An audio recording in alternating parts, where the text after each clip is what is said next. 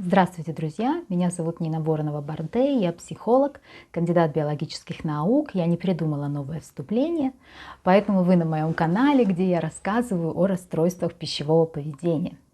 Сегодня буду говорить о том, как стать взрослым для человека с РПП. При этом я прекрасно понимаю, что люди с анорексией не хотят становиться взрослыми. Это вообще последнее, что они хотят.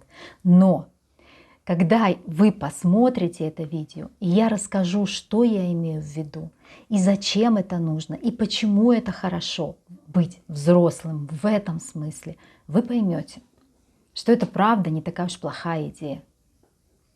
Но прежде чем я начну, как всегда, я вас прошу подписываться на мой канал, комментировать, ставить лайки, репостить и делать все возможное для того, чтобы помочь каналу продвинуться, чтобы люди с расстройством пищевого поведения могли находить это видео и как-то так через видео получать помощь. Так вот, как повзрослеть? Что вообще я имею в виду? Вообще я имею в виду, что все знают про какого-то внутреннего ребенка, да, я подсказки. Все знают про внутреннего ребенка, психологи об этом много говорят, что вот, значит, надо этого внутреннего ребенка найти, вступить с ним в контакт, дать, что ему нужно, позаботиться об этом внутреннем ребенке, и тогда будет вам счастье. Вот, и поэтому все как бы так озадачились этим внутренним ребенком и всячески пытаются его как-то нащупать. Но на самом деле все не так просто с этим внутренним ребенком. Есть такая область психотерапии, которая называется, психология вообще, которая называется транзактный или транзакционный анализ. И, соответственно, транзактная терапия. Создал эту транзактную терапию Эрик Берн, а потом развивали его ученики. Очень интересная область. Так вот, суть транзактного анализа, несмотря на то, что это очень большая такая история, сводится к тому, что в каждом человеке, а точнее не так скажу, каждый человек может существовать в 3 эго-состояниях.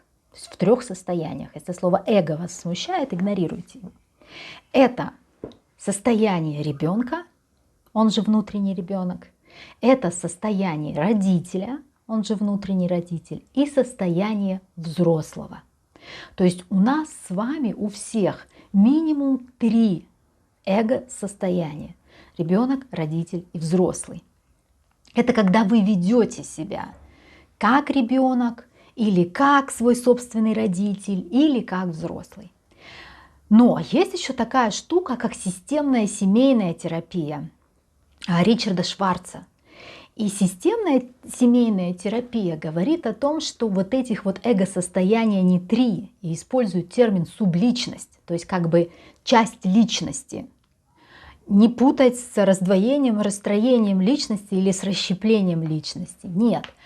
Но Шварц говорит, что у нас этих состояний может быть очень-очень много. И дети эти могут быть разные.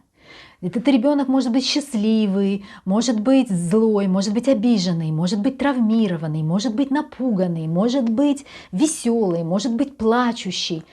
Разные дети. И родителей может быть много. Он может быть злой, критикующий, он может быть любящий, он может быть заботливый. И там же, вот в этой семейной системной терапии, там же выделяют, например, внутреннего критика, или внутреннего жандарма, или внутреннего спасателя, или внутреннего палача, который наказывает.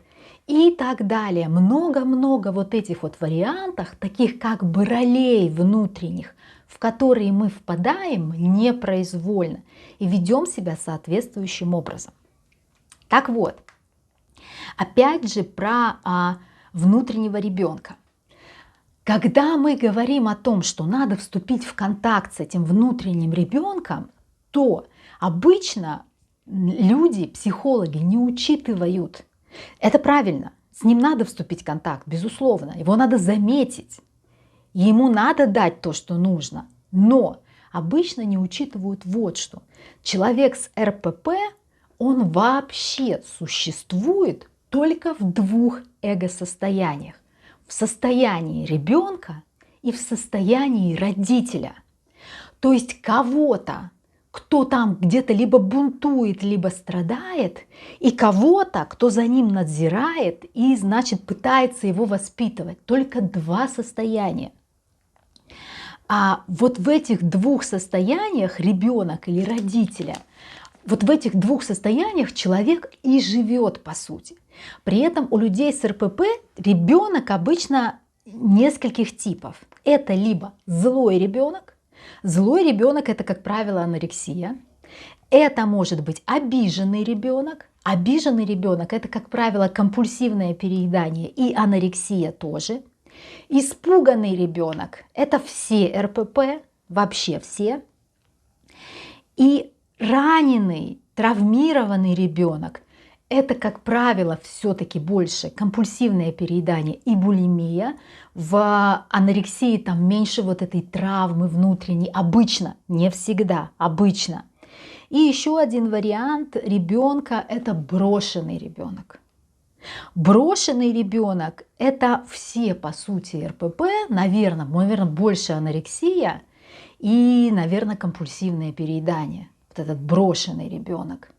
А что касается родителя, то родитель может быть злой, родитель может быть критикующий, родитель может быть, у критикующей это, как правило, булимия и компульсивное переедание. Злой — это как бы практически любое РПП. Компульсивное переедание, булимия чаще. Это может быть потакающий родитель. Это, как правило, компульсивные переедания, не РПП, не булимия и не анорексия. Это может быть беспомощный родитель. Это чаще всего анорексия и компульсивное переедание. Или родитель равнодушный. Это анорексия и компульсивное переедание. И родитель тревожный.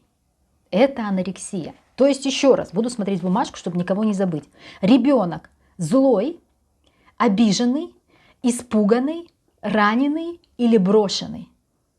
Родитель злой, критикующий, потакающий, беспомощный, равнодушный и тревожный. Почему так? Потому что вот этот родитель и вот этот ребенок — это обычно интегрированный образ нас самих в детстве и нашего значимого взрослого, нашего значимого родителя. Если мама критикующая, ваш внутренний родитель будет критикующим. Если мама была отсутствующей, ваш внутренний родитель будет отсутствующим. Отсутствующий редко бывает у людей, зря сказала я, с расстройством пищевого поведения. То есть если он был потакающий в смысле равнодушный, ему без разницы, что с вами будет. Хочешь, и ради бога, без разницы. Вот. Злой родитель — это, конечно, все родители про насилие. И когда насилие совершается над вами в детстве, то есть вероятность, что ваш взрослый родитель будет совершать насилие над вами, над вашим внутренним ребенком. Ваш внутренний ребенок и ваш внутренний родитель — это голоса, которые звучат у вас в голове. Забыла одного важного ребенка, протестующего. Протестующий ребенок — это ребенок, который делает все на зло. Все наперекосяк, все на зло, на вот это, которое на зло маме, отморожу уши. Протестующего ребенка забыла. Очень важно, добавляем туда. Вот. Так вот. Вот эти голоса, которые звучат у вас в голове, хочу, не хочу, буду, не буду, мне плохо, мне страшно, мне грустно, я не справляюсь, это слишком сложно, я не знаю, как быть. Ты должна, слабачка, надо суметь, да как ты можешь, посмотри на себя, фу, в кого ты превратилась. Это ребенок и родитель, и они находятся в постоянной борьбе, потому что ребенок он там хочет, чтобы о нем позаботились, а родитель, вот такой, как я перечислила, позаботиться о нем не способен. И вот этот вот человек с расстройством пищевого поведения фактически живет свою жизнь, находясь в этих двух эго-состояниях, переключаясь из одного в другое. Я не могу, мне страшно, мне слишком сложно, ты должна, сделай это, несмотря ни на что. я не справилась, я не смогла, пожалейте меня, слабачка, ты вообще ни на что не годишься, ты полное барахло. И вот эти вот переходы из одного состояния в другое, это именно то, что происходит у человека с расстройством пищевого поведения. И когда вы живете в этих двух состояниях, вам очень тяжело жить, потому что вы, причем родитель, ребенок – это то, как человек с РПП себя обычно ведет. А родитель – это то, что он ведет себя и чувствует. А родитель – это то, что он о себе думает. Он не думает как ребенок, он чувствует. Дети вообще не очень много думают. Дети чувствуют, дети живут эмоциями. А родитель думает и поучает, и оценивает. Думает, поучает, оценивает. То, что делает родитель. Поэтому ребенок – это то, что я делаю, и то, что я чувствую. А родитель – это то, что я об этом думаю. И поскольку мой родитель злой и критикующий, как правило, думаю я о себе всякую дрянь. И поскольку мой ребенок, как правило, испуганный, травмированный, то чувствую я обычно боль. Потому что это то, что чувствует, либо страх. Это то, что чувствуют эти дети. Да? Испуганный ребенок чувствует страх. Отчаявшийся ребенок чувствует отчаяние. Беспомощный ребенок чувствует беспомощность. И такой родитель не способен оказать ему помощь. Потому что он критикует, он злится, он ругается, либо ему все равно. И он говорит: ай, да что с тебя взять, Господи, барахло ты, делай, что хочешь. Вот. Часто у компульсивного переедания так. Спрашивается, а что насчет взрослого?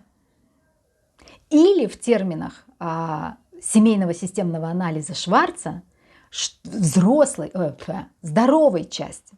Что насчет взрослой или здоровой части? Она же должна быть, мы же в трех эго-состояниях существуем, да? Ребенок, родитель и взрослый. А что насчет взрослого? А взрослого нет. Его просто нет.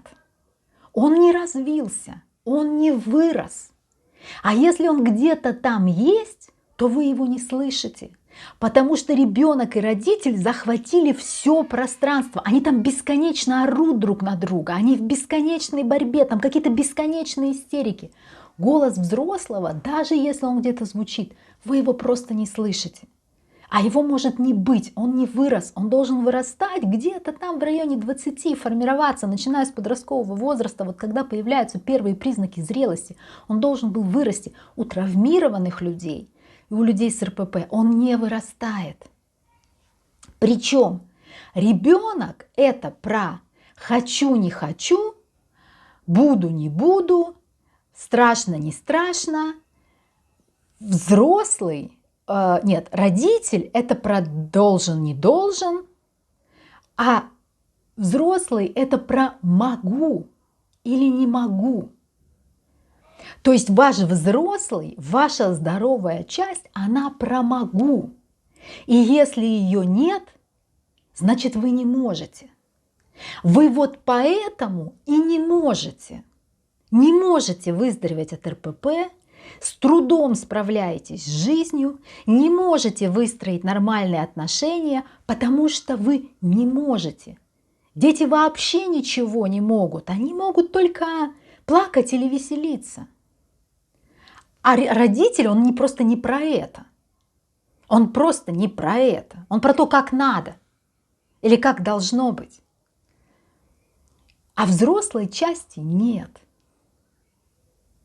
И это колоссальная проблема. И вот почему это проблема. Потому что пока ее у вас нет, вы не можете. Когда она вырастает, вы начинаете чувствовать внутреннюю силу. Внутренний взрослый спокойный. Внутренний взрослый знает, что он может, а что он не может или что ему не нужно. Взрослый может привести в чувство и ребенка, и родителя, всех успокоить, все разрулить, все конфликты порешать, потому что он может это сделать. Внутренний взрослый – это спокойный, уверенный и сильный человек, сильная, спокойная и уверенная ваша часть, не бьющаяся в истерике, Не наказывающая вас, а та самая спокойная, которую вы так хотите почувствовать и не можете. Что делать? Что делать? Во-первых, взрослая часть не появится одномоментно. От того, что вы скажете, у меня не развита взрослая часть, она не появится. Что делать? Вы должны вот сейчас встреться со своим ребенком и дай ему то, что нужно. Вы должны усилием воли, внутренним решением заменить своего злого и критикующего родителя на любящего и доброго. Кто такой любящий родитель? Любящий родитель – это родитель, который жалеет. Это родитель, который утешает. Это родитель, который успокаивает. Это родитель, который поддерживает, который говорит, ну ничего, ну не получилось, ну ничего страшного, все будет хорошо, я все равно тебя люблю. Любящий родитель – это не потакающий родитель. Любящий родитель может сказать так: ну-ка, прекращай. Сейчас время спать, поэтому мы пойдем спать. А играть мы будем завтра. Сейчас не время для истерик. Сейчас не время. Я прекрасно понимаю, что ты злишься. Я прекрасно понимаю, что ты обижена. Я прекрасно понимаю, что тебе страшно. Но я рядом, я о тебе позабочусь. Я твой любящий родитель. Вот этого злого родителя надо заткнуть. Его надо не слушать. Его нужно заменить на любящего. Люди с РПП боятся жалости к себе как огня. Как огня. Они считают, что как только они начнут жалеть себя, они превратятся в какую-то жалкую размазню немедленно. Ну и, конечно, начнут есть и наберут 500 килограммов. Но речь идет о родительской жалости, когда ребенку больно, и мы ему сочувствуем. Нам его жалко, мы хотим его обнять и погладить, и сказать: бедненькая ты моя, тебе больно, да? Вот же ж, блин, ты моя девочка. Вот. Это и есть дать ребенку то, что ему нужно. Испуганного ребенка надо поддержать, его надо успокоить. Обиженного ребенка надо сказать: так, а на что ты обижаешься? Давай разберемся. Что конкретно не так? Что тебя обидело? Злому ребенку надо дать возможность выразить злость, а потом также спросить: что тебя так злит? Что случилось? Что не так? Раненого ребенка нужно утешать. Нужно залечивать его раны, нужно дуть на его вавки. Это то, что нужно делать. И когда вот этот любящий родитель успокоит и приведет в чувство внутреннего ребенка, для внутреннего взрослого появится место, и он начнет расти. Он начнет расти практически сам. Просто когда прекратится эта внутренняя война между ребенком и родителем, для взрослого появится пространство, и он начнет расти. И вы начнете слышать его голос, и вы начнете его замечать в разных ситуациях. То есть ту вашу часть, которая в случае, когда там возникает какая-то перепалка, может выйти вперед и сказать: так, стоп, стоп, стоп, стоп. Так, ты, пожалуйста, родитель, успокойся, не нервничай, не психуй. Ты, пожалуйста, ребенок, что ты хочешь? Так, ты хочешь вот это? Ты хочешь на ручки? Так, родитель быстро взял его на ручки. Понимаете? Вот что такое взрослая часть. И еще раз, это не про какую-то странную шизу, когда у вас в голове живут разные личности. Нет, это про ваши внутренние роли, про то, как вы разговариваете с собой, про то, как вы ведете себя по отношению к себе в первую очередь. Ну и по отношению к другим, потому что если вы обиженный ребенок или злой ребенок, вы злой ребенок со всеми. Вы вообще злой ребенок. Вы злой ребенок в семье. Вы злой ребенок в дружбе. Но вот эти вот мамы, которые бесконечно обижаются на собственных детей и говорят им: как ты могла? Как ты могла так поступить со мной? Я не буду с тобой разговаривать 2 недели. Это обиженный ребенок. Ну еще и злой маленько, например. То есть ваша мама в этот момент находится вот там, не в состоянии ни взрослого, ни родителя. Она находится в состоянии обиженного ребенка. Она обижается. Вот эти люди, которые на всех обижаются, это обиженные дети. А люди, которые на всех злятся, это злые дети. Ну и так далее. Детей очень много, как я уже сказала. Просто у людей с РПП это обычно такой набор, у других людей это может быть другой набор. Это могут быть жестокие дети и какие-то агрессивные дети. У людей с РПП этого, как правило, не бывает. Как правило. Вот. Вот, собственно, все, что я хотела сказать про то, как вырасти. Это угомонить вот эту вот эти вот крики у вас в голове. А как угомонить, я тоже сказала. То есть, еще раз, для людей с анорексией, когда вы боитесь взрослеть, я сейчас говорю не про ваше даже тело и не про что, я говорю про вашу голову. Про то, чтобы вам перестало быть страшно. Детям страшно. Детям страшно во взрослом мире. Они ничего не понимают. Для них все слишком сложно. Эти большие дяденьки и тетеньки, которые могут обидеть, которые могут сделать все, что угодно, все забрать, все отнять. Детям страшно во взрослом мире, а взрослым нет. Взрослым там самое место. Вот. Все, подписывайтесь, пожалуйста, на мои социальные сети. Ссылки на них, как всегда, в описании к видео. Подписывайтесь на мой телеграм-канал. И не забывайте, что через социальные сети вы можете меня найти, если я вам нужна. Пока!